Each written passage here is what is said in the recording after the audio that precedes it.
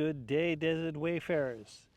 Today, I want to talk about an essential part of your desert kit that has strangely become vilified or even politicized, and that's what I'm wearing right now, and that is the traditional Arab headdress called the kafia, a shemagh, or a gutra, and that depends on where you are in the Arab world.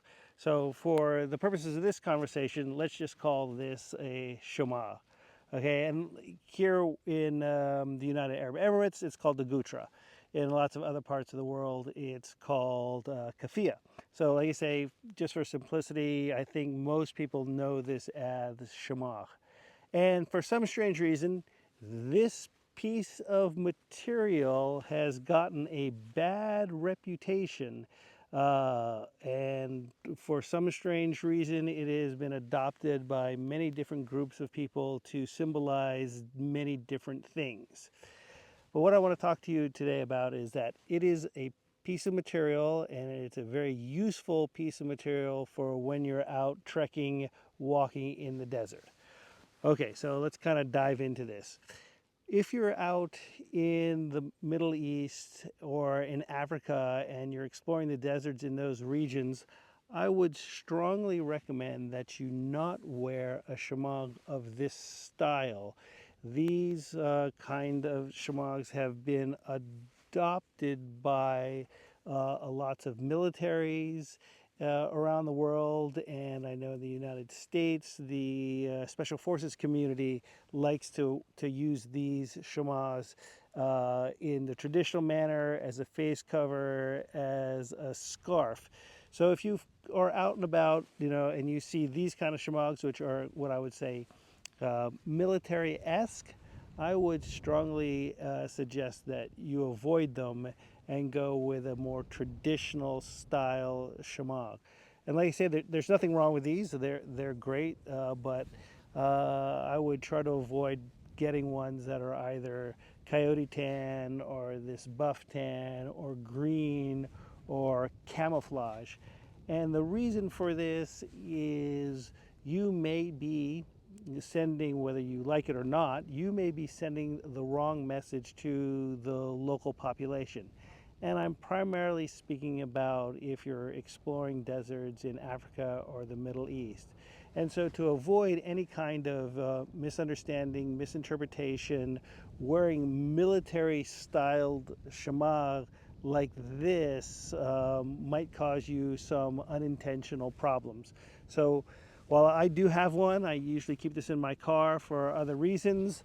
It's a great piece to have, but it's not something that I'm going to wear out in while I'm in the desert in those regions.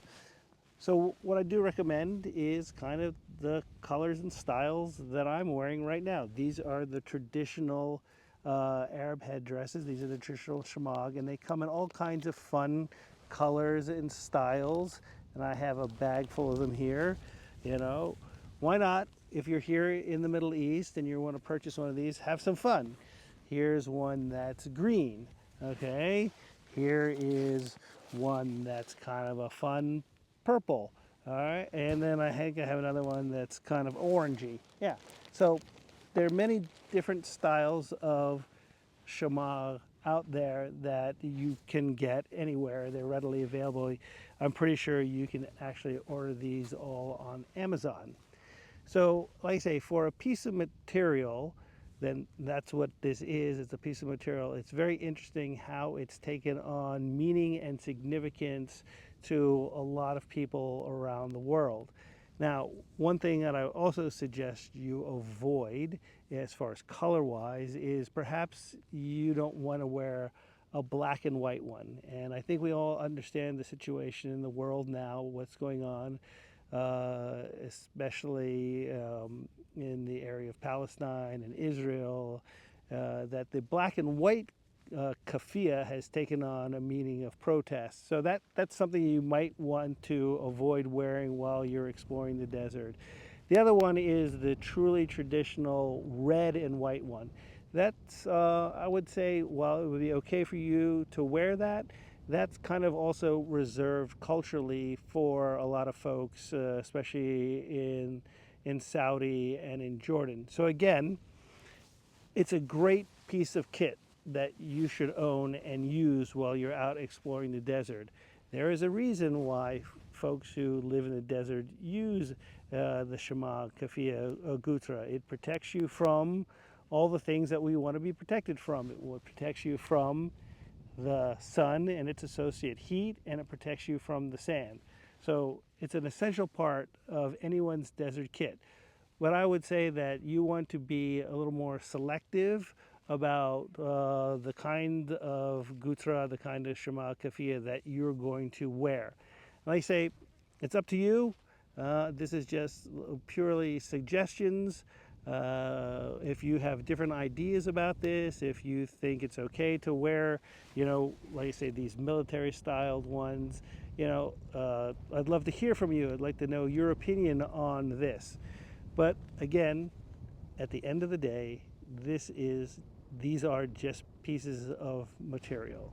So keep on adventuring, my friends. Please like, comment, and subscribe. This video is a little different, kind of took a political turn. Let me know what you think.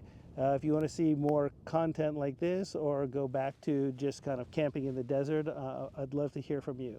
So stay safe, and we'll talk to you later.